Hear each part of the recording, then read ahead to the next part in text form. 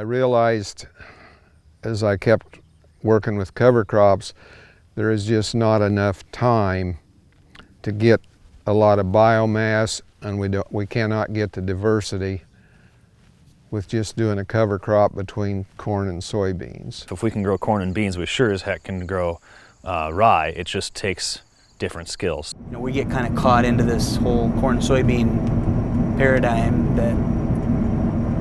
that's all we believe we can do, and the reality is there's a lot of other opportunities out there if we ask the right questions and look around a little bit. I think there's study after study that shows that diversity on the landscape yields benefits.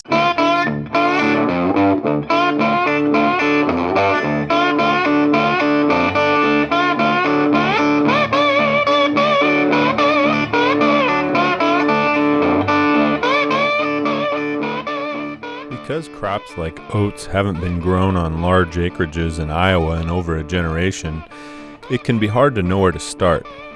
At Practical Farmers of Iowa, we've been at work over the past couple years trying to put together the knowledge that's still out there on growing more diverse crops in the landscape. In this series, we'll share some of what we found out.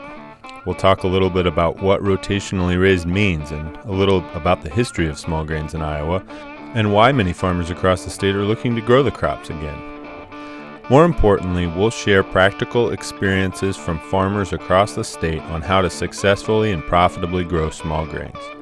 Throughout the series, we'll talk about rotations, variety selection, seed bed preparation, planting, crop protection, harvest, storage, marketing, and more. Small grains could play a big role in the diversification of Iowa's farm businesses and landscapes. But it's really about more than just small grains. It's about figuring out how to raise crops grown in rotation.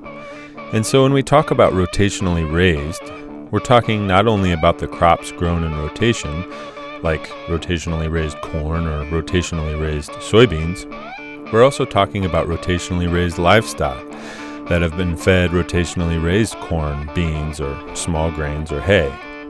And taking that a step further, we can have rotationally raised food products made from rotationally raised crops.